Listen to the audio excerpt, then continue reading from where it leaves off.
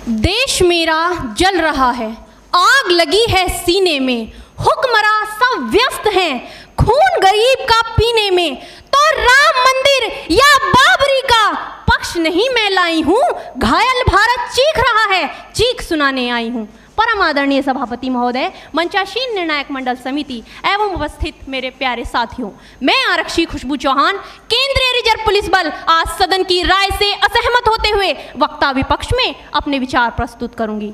महोदय, दर्द हद से तब गुजरने लगता है जब मेरी आंखों के सामने ताज, पुलवामा, छत्तीसगढ़ में शहीद हुए जवानों के शत विशत अधजले शरीर के टुकड़े, रेत के टीलों से ऊपर जाती लाशों के ढेर और कश्मीर की खून से सनी लाल रंग की सड़कों के दृश्य सामने आते हैं। उस पर मेरे प्रतिपक्षी महोदय का कहना ये कि मानवाधिकारों की अनुपालना करते हुए देश से उग्रवाद और आतंकवाद को समाप्त किया जा सकता है। महोदय, अब तो हमारा तिरंगा झंडा भी हमसे ये पूछने लगा है कि क्या बात है भारत, आजकल फहराने से ज्यादा मैं कफन में दफनाने के क्यों काम आ रहा हूं। महोदय, हृदय तो उस दिन फट गया जब बूढ़ी माँ अपने बेटे के चिथड़ों को देखकर बोली कि साहब, आप तो भर्ती में 1 इंच भी कम नहीं लेते, मैं आधा शरीर कैसे ले लूं।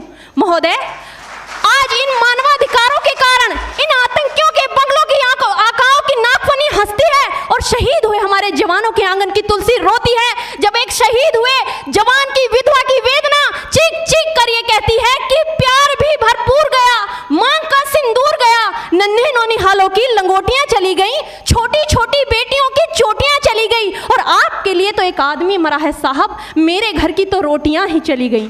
महोदय, किसी भी युद्ध को जीतने के लिए पहल करना सबसे ज्यादा आवश्यक है, क्योंकि इतिहास गवाह है कि पहल करके बड़े बड़े युद्धों के परिणाम बदल दिए गए हैं। परंतु आज मानवाधिकारों के कारण हमारे देश के जवान इस कदर बंधे हुए हैं कि अपनी ड्यूटी पर खड़े होकर भी वो आज पहल करने से डरते हैं, क्योंकि महोदय भविष्य में उन्हें कटघरे में खड़े होने का डर सता रहा होता है।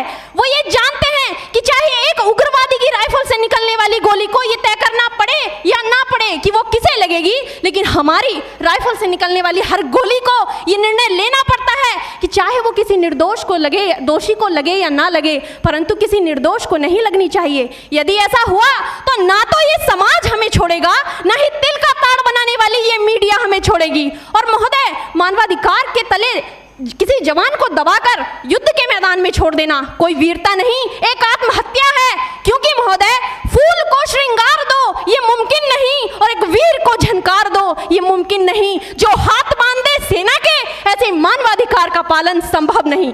महोदय, आज सत्यनिष्ठा के मार्ग पर चलते हुए भी हमारे देश का जवान इन आतंकवादियों, इन पत्थरबाजों से डरता है, क्योंकि वो जानता है कि उसकी राइफल से निकलने वाली गोली अगर टारगेट को हिट नहीं भी करेगी तो भी 400 मीटर तक जाएगी, और यदि इस बीच वो किसी निर्दोष को लग गई तो महोदय हमें अपनी नौकरी से हाथ तक धोना पड़ सकता है। और महोदय, अपनी नौकरी को बचाने की खातिर एक जवान आज ये सोचता है कि चाहे सांप मरे या ना मरे, परंतु लाठी नहीं टूटनी चाहिए, क्योंकि आज हमारे देश के हालात कुछ ऐसे हो गए हैं कि चिरागों को हवाओं में उछाला जा रहा है, हवाओं पर भी रोब डाला जा रहा है। अरे हम ही तो बुनियाद है आंतरिक सुरक्षा की, और आज हमें ही नौकरी से निकाला जा रहा है। महोदय, जब पुलवामा में 44 जवान शहीद हुए, छत्तीसगढ़ में 76 जवान शहीद हुए, तो कोई भी मानवाधिकार की दुहाई देने वाला हमारे पक्ष में आकर खड़ा नहीं हुआ।